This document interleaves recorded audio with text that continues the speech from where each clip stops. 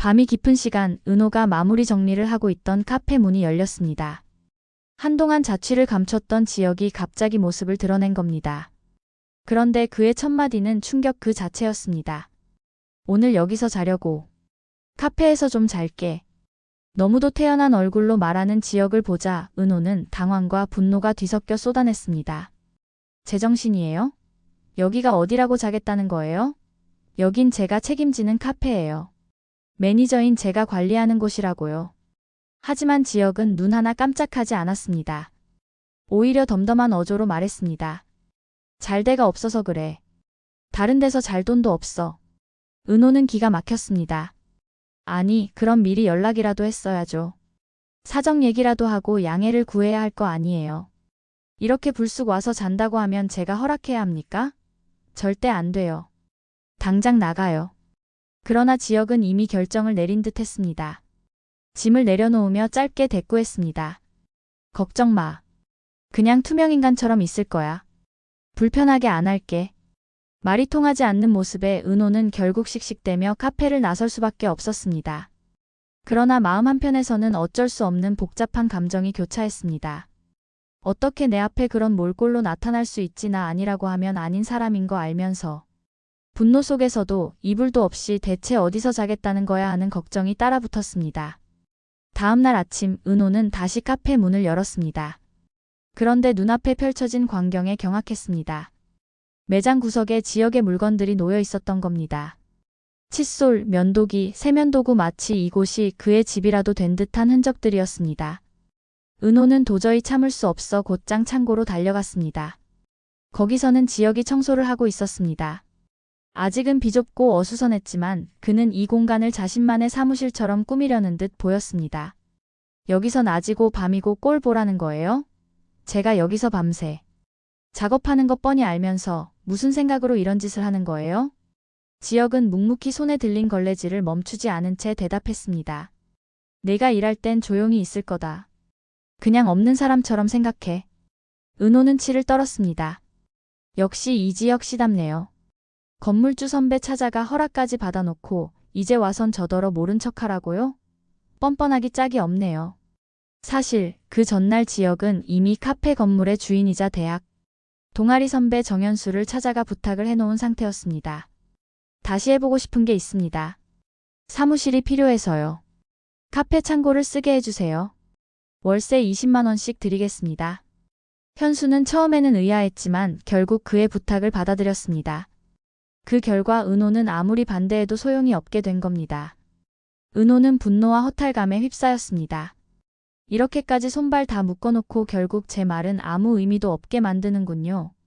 지혁은 태연하게 청소를 이어갔습니다.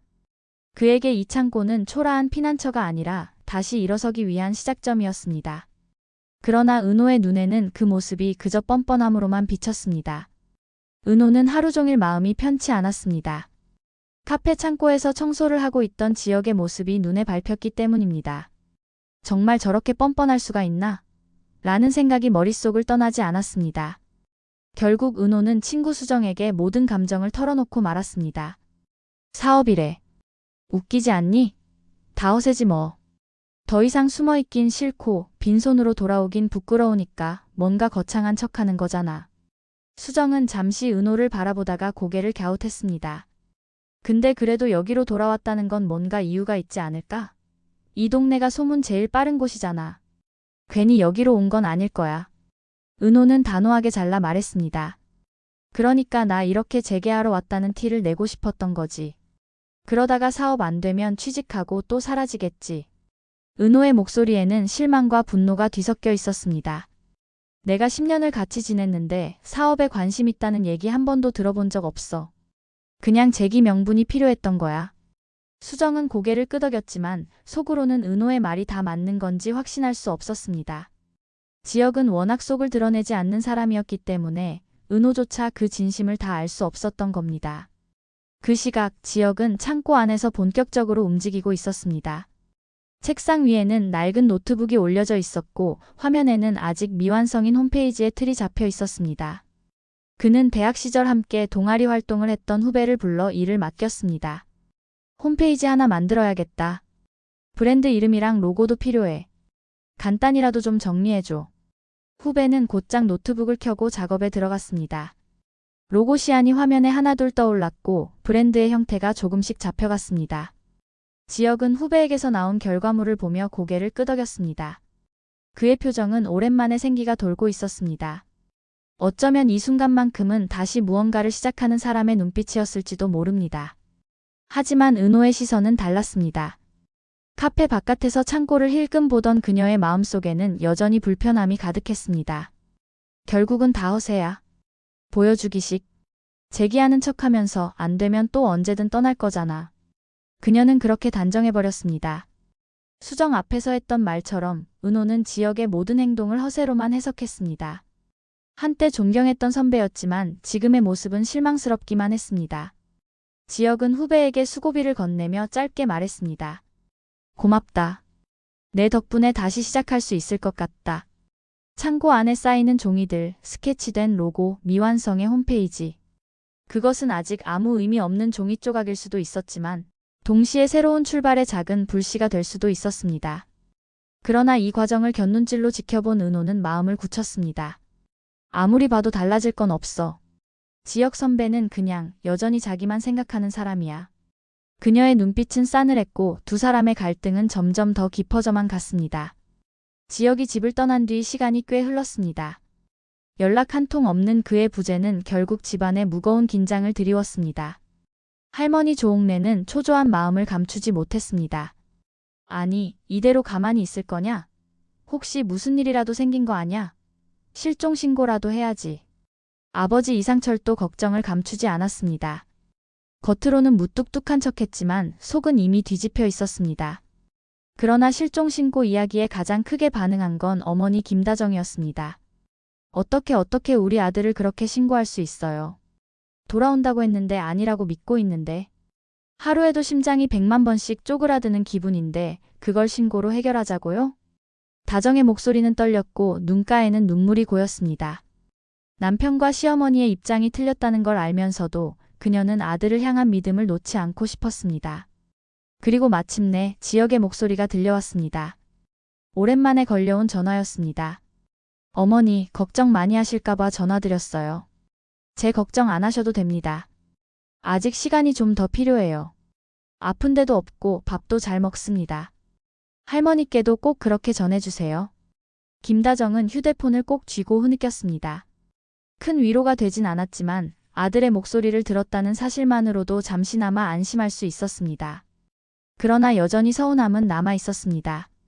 집을 떠난 아들이 가족에게 남긴 상처는 쉽게 지워지지 않았습니다. 그 시각 또 다른 갈등은 다른 자리에서 터지고 있었습니다. 지화는 박영라를 태우고 운전하던 중 쌓였던 불만을 참지 못했습니다. 자신을 운전기사처럼 취급하는 영라의 태도에 결국 폭발하고 만 겁니다. 그는 차를 갓길에 세우고 매섭게 말했습니다. 네가 직접 운전해. 난 더는 못하겠다. 그러고는 차에서 내려버렸습니다. 영라는 놀라서 그를 붙잡지 못한 채 멍하니 앉아 있었습니다. 하지만 잠시 후 지환의 마음은 흔들렸습니다. 성재가 전해준 이야기가 떠올랐기 때문입니다. 영라는 과거 스토킹 피해를 당한 적이 있었던 겁니다. 그 사실을 떠올리자 분노로 굳어있던 지환의 마음이 서서히 누그러졌습니다. 결국 그는 다시 차로 돌아와 운전대를 잡았습니다. 그 짧은 시간 동안 두 사람 사이에는 묘한 침묵이 흘렀습니다. 그러나 문제는 그 뒤에 벌어졌습니다. 귀가 시간이 늦어지자 두 사람은 급히 변명을 만들어야 했습니다. 결국 서로 눈치를 보다가 입을 맞춰 거짓말을 꾸몄습니다. 접촉사고가 나서 늦었어요. 그 말 한마디로 모든 걸 덮으려 했지만 이 상황 자체가 두 사람의 관계에 또 다른 흔적을 남겼습니다. 집에 돌아온 영라를 맞이한 고성희의 과도하게 보호하는 장면이 그려졌습니다. 영라야, 너 얼굴이 왜 그래? 뭔 일 있었어?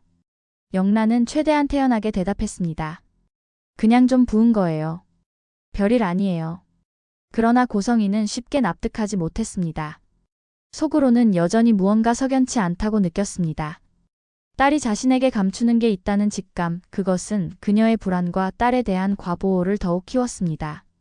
그 시각 카페에서는 지역과 은호 사이의 갈등이 절정에 다다르고 있었습니다. 지역은 창고에 새 창문까지 달며 사무실을 조금씩 꾸려가고 있었습니다. 하지만 은호의 눈에는 그것마저도 참을 수 없는 도발처럼 보였습니다. 지금 내가 얼마나 참고 있는 줄 알아요? 현수 선배 허락이라고 제가 찍소리 못하는 거 다 알면서 이렇게 치사하게 구는 거예요? 지역은 태연하게 대답했습니다. 조금만 봐줘라, 은호야. 더 이상 널 불편하게 할 이유는 없을 거야.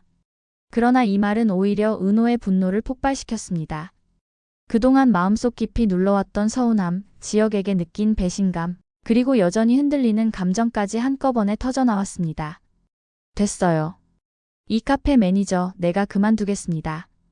단호한 선언은 공기마저 얼어붙게 만들었습니다. 은호의 눈빛은 흔들림이 없었습니다.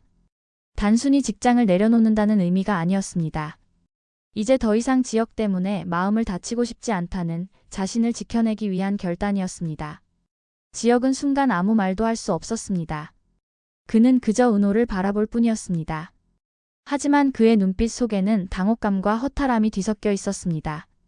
모든 걸 잃고 다시 시작해보려던 순간 가장 가까이 있어야 할 은호마저 잃고 있다는 사실을 깨닫게 된 겁니다.